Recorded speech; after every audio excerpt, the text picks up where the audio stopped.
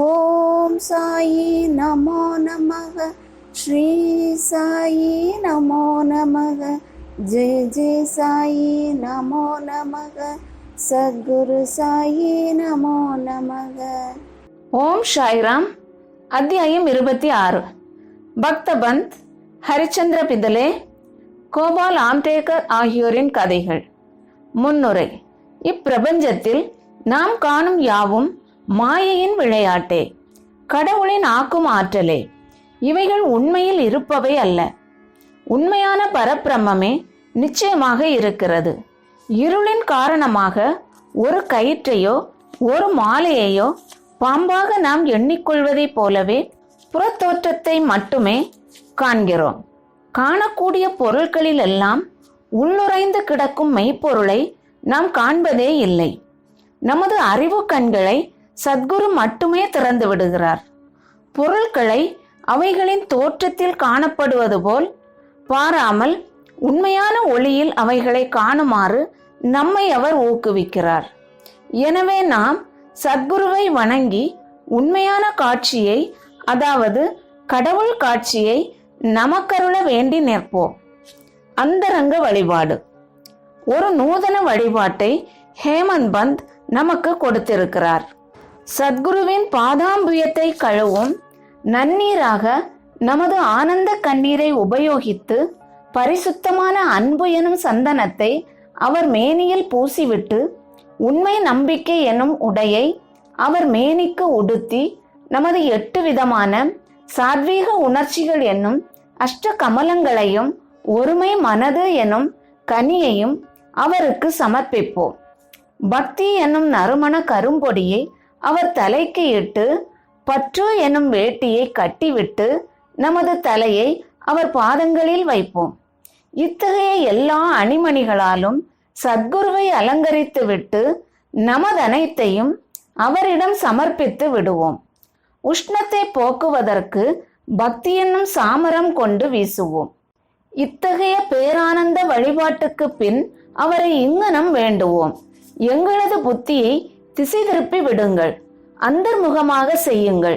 நித்திய அனித்திய வஸ்துக்களை பகுத்துணரும் விவேகம், எல்லா உலக பொருட்களின் மீது பற்றின்மை ஆகியவைகளை எங்களுக்கு நல்கி ஆத்ம உணர்வை அடைய இவ்விதமாக எங்களை ஊக்குவியுங்கள்.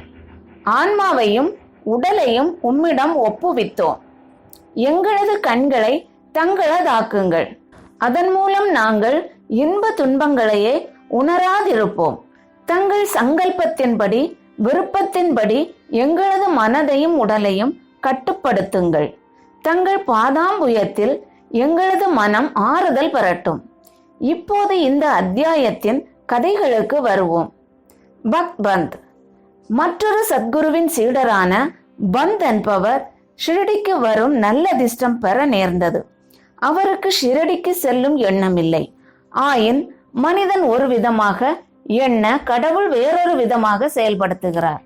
அவர் ரயில் வண்டியில் பிரயாணம் செய்து கொண்டிருக்கும் போது ஷிரடிக்கு போய் கொண்டிருந்த தனது பல நண்பர்களையும் உறவினர்களையும் காண நேர்ந்தது. அவர்கள் எல்லோரும் அவரை உடன் அழைத்தனர். அவரால் இயலாதென்று சொல்ல முடியவில்லை. அவர்கள் எல்லோரும் பம்பாயில் இறங்கினர். பந்த் விராரில் இறங்கினார். பின்னர் ஷிரடி விஜயத்திற்காக தனது சத்குருவிடம் உத்தரவு பெற்றுக்கொண்டு செலவுக்கு ஏற்பாடுகள் எல்லாம் செய்தபின் ஆக்கோஷ்டியுடன் ஷிரடிக்கு புறப்பட்டார்.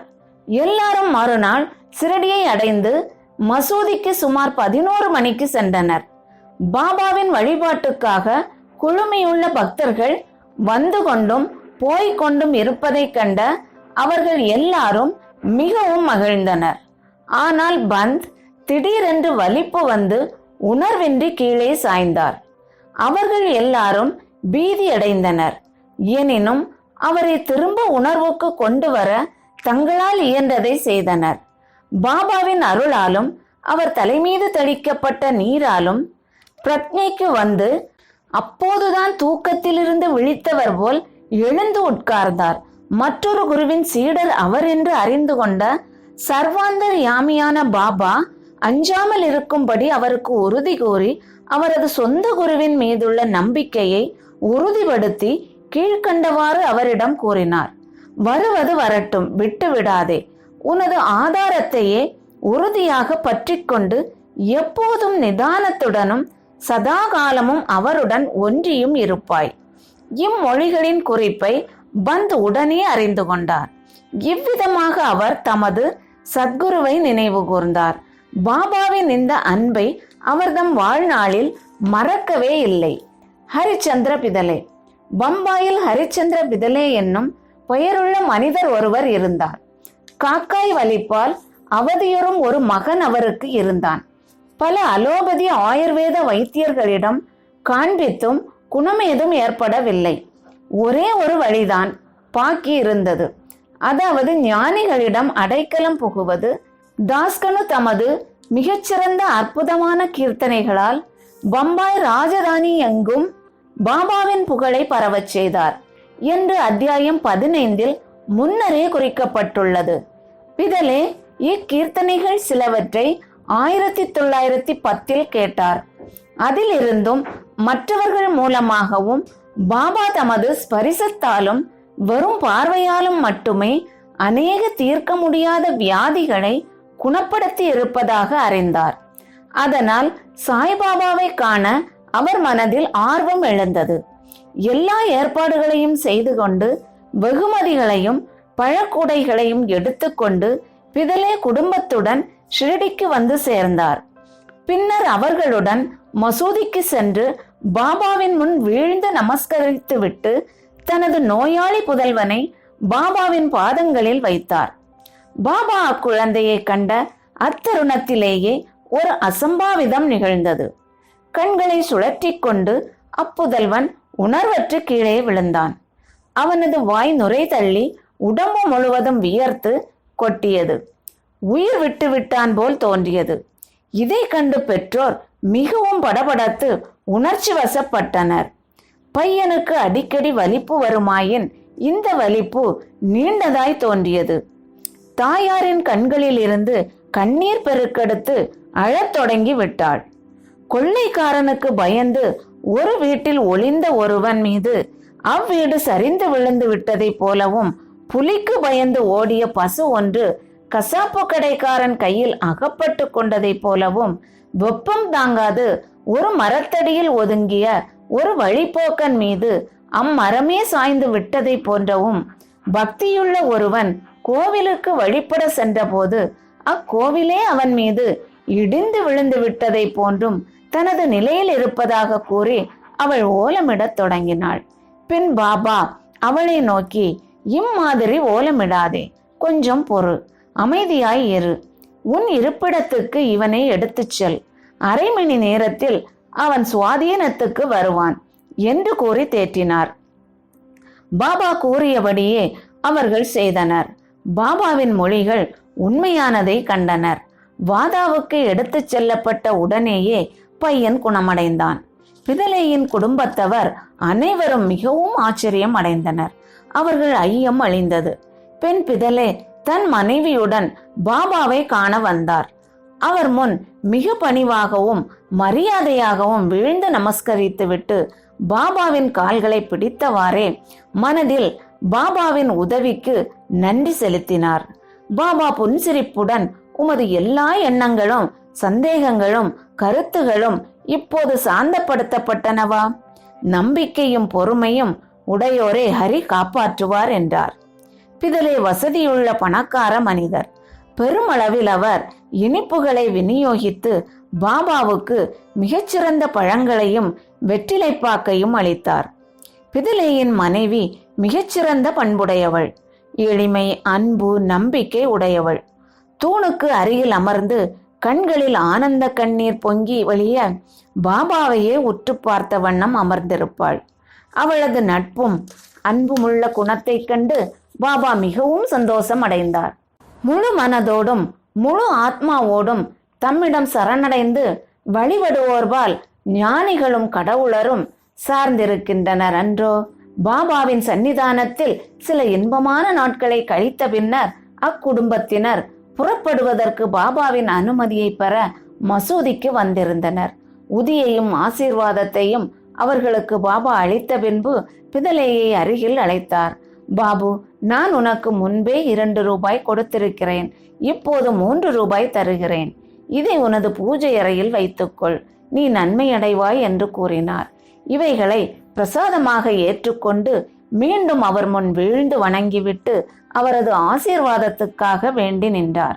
ஷிரடிக்கு இதுவே தமது முதல் விஜயமாவதால் பாபா தாம் முன்னரே 2 ரூபாய் கொடுத்ததாக சொல்லியது தமக்கு விளங்கவில்லை என்ற எண்ணம் அவர் மனதில் எழுந்தது. இப்புதிர் விடுபடுவதற்கு அவர் ஆவலாய் இருந்தார். ஆனால் பாபா மௌனமாக இருந்து விட்டார்.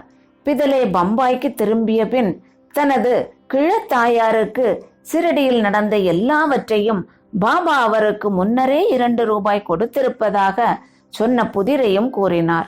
அந்த கிழவிக்கும் அப்புதிர் புரியவில்லை. ஆனால் இதை பற்றி தீவிரமாக சிந்தித்த பின் நினைவுக்கு வந்த ஒரு பழைய சம்பவம் அப்புதிரை விடுவித்தது. உனது மகனோடு இப்போது நீ சாய்பாபாவை பார்க்க சென்றது போல் பல ஆண்டுகளுக்கு முன் உனது தந்தையும் உன்னை அக்கல்கோட்டுக்கு அப்பெருமானின் தரிசனத்துக்காக அழைத்துச் சென்றார். அப்பெருமான் கூட ஒரு சித்தர், பரிபூரண யோகி, சர்வ வியாபி, தாராள மனதுடையவர். உனது தந்தை தூயவர், பக்தியுடையவர். அவரது வழிபாடு ஏற்றுக்கொள்ளப்பட்டது. அவர் உனது தந்தைக்கு 2 ரூபாய்களை பூஜை அறையில் வைத்து வழிபடுவதற்காக அளித்தார். உனது தந்தை தான் சாகும் வரை அதை முறைப்படி வழிபட்டு வந்தார். ஆனால் அதற்கு பின் வழிபாடு புறக்கணிக்கப்பட்டு அந்த ரூபாய்கள் தொலைந்து போயின. சில ஆண்டுகளுக்கு பின் அவற்றின் நினைப்பும் மறந்து போயின. தற்போது நீ அதிர்ஷ்டசாலியாக இருந்ததால் சாய்பாபாவின் ரூபத்தில் அக்கல்கோட் மகாராஜ் உனது கடமைகள், வழிபாடு இவற்றை நினைவூட்டவும் அபாயங்களை அகற்றிவிடவும் தோன்றி இருக்கிறார். இனிமேலாவது ஜாக்கிரதையாக எல்லா ஐயங்களையும் கெட்ட எண்ணங்களையும் அகற்றிவிட்டு உனது மூதாதையர் வழி நின்று நன்றாக நடந்து கொள். குடும்ப தெய்வங்களையும் காசுகளையும் வணங்கி நன்றாக எடை போட்டு ஞானிகளின் ஆசிகளில் பெருமை கொள். உனது பக்தி உணர்ச்சிக்கு சமர்த்த சாயி அன்புடன் புத்துணர்ச்சி ஊட்டியிருக்கிறார். உனது நன்மைக்காக அதை பயிர் செய்வாய் என்று கூறினாள். தாயாரின் இம்மொழிகளை கேட்டு பிதலே மிகவும் ஆச்சரியப்பட்டார். பாபாவின் சர்வ வியாபித்துவ தன்மையை அவர் அறிய தலைப்பட்டு அதில் உறுதியானார். பாபாவின் தரிசனத்தில் முக்கியத்துவத்தையும் அவர் அறிந்தார். அதிலிருந்து அவர் குணத்தை பற்றி சர்வ ஜாக்கிரதையுடையவராயிருந்தார். ஆம்டேக்கர், புனேவை சேர்ந்த கோபால் நாராயண் ஆம்டேக்கர் என்பவர் பாபாவின் பக்தர். அவர் 10 ஆண்டுகளுக்கு தானே ஜில்லாவிலும் பின் ஜவஹர் ஜில்லாவிலும் எக்ஸல் டிபார்ட்மெண்டிலும் பணியாற்றிய பிறகு ஓய்வு பெற்றார். வேறு ஒரு வேலை பெறுவதற்காக அவர் முயற்சித்தார். ஆனால் முடியவில்லை. மற்ற கேடுகளால் அவர் தாக்கப்பட்டு அவரது நிலை நாளுக்கு நாள் மோசமடைந்து கொண்டே வந்தது. இதே நிலையில் ஷிரடிக்கு ஒவ்வொரு ஆண்டும் சென்று தனது கவலைகளை பாபாவின் முன் சமர்ப்பிப்பதற்காக 7 ஆண்டுகள் கழித்தார். 1916 அவரது நிலைமை மோசமாகி சிரடியிலேயே தற்கொலை செய்து கொள்வது என தீர்மானித்தார். எனவே தன் மனைவியுடன் சிரடிக்கு வந்து 2 மாதங்கள் தங்கியிருந்தார். ஒரு நாள் தீஷித் வாதாவின் முன்னால் உள்ள மாட்டு வண்டியில் அமர்ந்து கொண்டிருக்கும் போது பக்கத்தில் உள்ள ஒரு கிணற்றில் குதித்து தன் வாழ்க்கையை முடித்து கொள்ள அவர் தீர்மானித்து விட்டார். அவர் ஒரு மாதிரியாக எண்ண பாபா வேறு விதமாக நடப்பித்தார். இந்த இடத்திற்கு சில அடி தூரத்தில் இருந்த ஒரு ஹோட்டல் முதலாளியும் பாபாவின் அடியவருமான சகுன் என்பவர் வெளியே வந்து அவரிடம், அக்கல்கோட் மகாராஜின் இச்சரிதத்தை நீங்கள் எப்போதாவது படித்திருக்கிறீர்களா என்று கேட்டார். ஆம்டேக்கர் அவரிடமிருந்து அந்நூலை வாங்கி படிக்க தொடங்கினார். எதேச்சையாக அல்லது தெய்வாதீனமாக கீழ்கண்ட ஒரு கதையை அவர் படிக்க தொடங்கினார். அக்கல்கோட் மகாராஜின் அடியவன் ஒருவன் தீர்க்கப்பட முடியாத ஒரு வியாதியால் மிகவும் அல்லலுற்று கொண்டிருந்தான். அந்த வேதனையை மேற்கொண்டு தாங்க முடியாமற் போகவே அவன் மனம் உடைந்து தனது தொல்லைகள் எல்லாம் ஒரு முடிவுக்கு கொண்டு வர ஒரு நாள் நள்ளிரவு கிணற்றில் குதித்து விட்டான். உடனே மகாராஜ் அங்கு வந்து அவனை தன் கரங்களாலேயே வெளியே எடுத்து, நல்லதோ கெட்டதோ உன் முந்தைய கர்மத்தின் பயனை நீ அடைந்தாக, அனுபவித்தாக வேண்டும். அந்த அனுபவித்தல் பூரணமேதவில்லையானால் தற்கொலை உனக்கு உதவி அளிக்காது.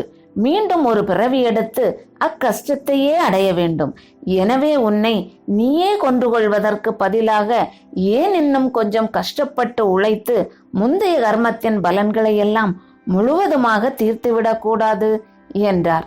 இந்த பொருத்தமான தக்க சமயத்தில் கிடைத்த கதையை படித்துவிட்டு ஆண்டேக்கர் மிகவும் ஆச்சரியப்பட்டார், உள்ளம் உருகினார். பாபாவின் குறிப்பை இக்கதையின் மூலம் அவர் பெற்றிருக்காவிட்டால் அவர் உயிருடன் இருந்திருக்க மாட்டார். பாபாவின் சர்வ வியாபியத்துவத்தையும் தயாளத்தையும் கண்டு பாபா மேலுள்ள நம்பிக்கை அவருக்கு உறுதியாகி பாபாவின் பெரும் பக்தராகி விட்டார். அவர் தந்தையார் அக்கல்கோட் மகாராஜின் பக்தராக இருந்தவர். சாய்பாபா அவரையும் அவர் தந்தையார் சென்ற அடிச்சுவடியிலேயே சென்று அவரிடம் பக்தி பூண்டவராக தொடர்ந்திருக்கும்படி விரும்பினார். பின்னர் பாபாவின் ஆசீர்வாதம் பெற்றார். அவரிடம் எதிர்காலம் சிறப்புற தொடங்கியது. பின்னர் ஜோதிடம் படித்து அதில் திறமை பெற்று தனது செல்வத்தை பெருக்கினார். போதுமான பணத்தை சம்பாதிக்க அவரால் இயன்று தனது பிற்கால வாழ்வை சௌகரியமாகவும் வசதியாகவும் கழித்தார். ஸ்ரீ சாயியை பணிக. அனைவருக்கும் சாந்தி நிலவட்டும். ஓம் சாய்ராம்.